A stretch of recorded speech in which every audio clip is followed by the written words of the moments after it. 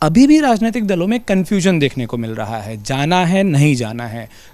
हम अयोध्या जब गए थे, वहाँ पर जब विश्व हिंदू परिषद की ओर से या मंदिर निर्माण समिति से भी बात हुई, वो आधिकारिक रूप से कन्फर्मेशन उनके पास अब तक नहीं है, जबकि आमंत्रण तो अब सबको पहुँच रहे हैं। वो जो दूसरा पक्ष था जिसके हमने जिक्र किया, इकबाल अंसारी को भी वो आमंत्रण पत्र पहुँचा है। क्या वो चेहरा दिखे, वो उस प्रांगण में दिखें और वो 22 को ही दिखें, इस पर फैसला करने में राजनीतिक दलों को खास तौर पर, जो इन्होंने भाजपा के अलावा जिन्होंने इस मुद्दे की राजनीति नहीं की, उनको कोई दिक्कत आ रही है? देखिए, मुझे लगता है केवल राजनीतिक तौर पे दिक्कत आ रही है। अदरवाइज़ मैंने बहुत सारे कांग्रेस के नेताओं के बयान देखे हैं, मैंने बाकी नेताओं के बयान देखे हैं, उनको ऐसी दिक्कत नहीं है। लेकिन इससे पहले कि मैं इसको एक्सप्लेन करूं, मैं दो चीज़ें और, जैसे अभी बात आई इस्लामिक देशों की। क्या इस्लामिक देश बदल नहीं रहे हैं? इस्लामिक देश बहुत तेज़ी से बदल रहे हैं।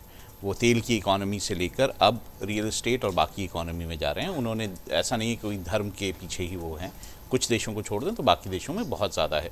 सऊदी अरेबिया को अगर हम ले लें तो सऊदी अरेबिया की टूरिज़्म की इकॉनमी जो मक्का और मदीना के आसपास चलती है, वो 180 बिलियन डॉलर की है।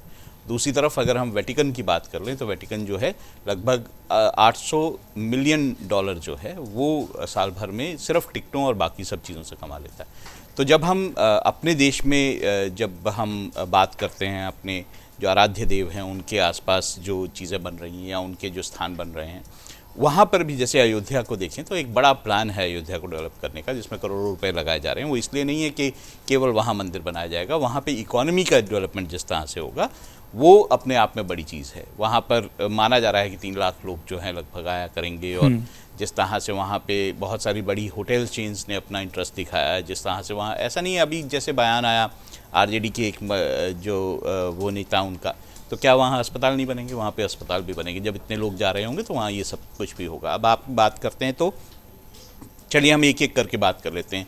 कांग्रेस की बात करें तो कांग्रेस के नेता क्या मंदिर नहीं जाते रहे हैं? मैं आपको दर्जनों इंसिडेंट्स दे सकता हूँ, जवाहरलाल नेहरू से लेके इंदिरा गांधी से लेके सोनिया गांधी से लेके राजीव गांधी तक, सबके इंसिडेंट्स हैं जहाँ पे वो विभिन्न मंदिरों में, यहाँ महाकाल के मंदिरों में या फिर नेपाल में मंदिरों में या बाकी पशुपतिनाथ में, बहुत सारे, मैं ऐसे बहुत सारे साउथ के बहुत सारे मंदिर हैं जहाँ पर वो लगातार जाते रहे। और हाल के दिनों में भी अगर देखा जाए तो सोनिया गांधी जो हैं, मतलब एकदम नहीं, इससे थोड़ा पहले सोनिया गांधी मंदिर गई हैं, वहाँ पे उन्होंने चीज़ों में भाग लिया है। तो उनके लिए तो कोई, मुझे लगता है ऐसा थॉट नहीं है। बार बार बीच में कांग्रेस और बाकी लोगों के बयान भी आते रहे हैं कि सोनिया गांधी हो सकता है इसे कंसिडर करें।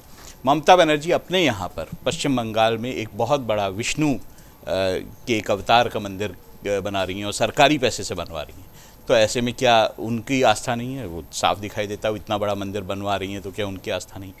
बाकी भी मैं लोगों की बात कर सकता हूँ, सबकी आस्था है।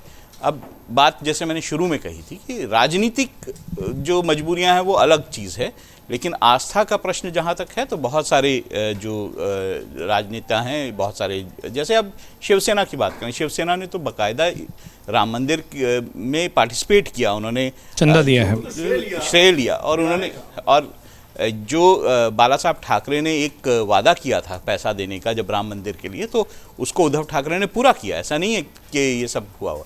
तो मुझे लगता है कि राजनीतिक चीज़ें पहलू अलग छोड़ दें, तो आस्था के प्रश्न पर जब बात आएगी तो चाहे अभी ना जाएं, लेकिन मुझे लगता है बाद में या किसी और वक्त में ये सब राजनेता जो है वहाँ पे दर्शन के लिए जाएंगे। ठीक है। अगर आप ये वीडियो YouTube पर देख रहे हैं तो हमारे चैनल को सब्सक्राइब करें और बेल आइकन को दबाना ना भूलें। अगर आप Facebook पर ये वीडियो देख रहे हैं तो हमारे पेज को लाइक करें।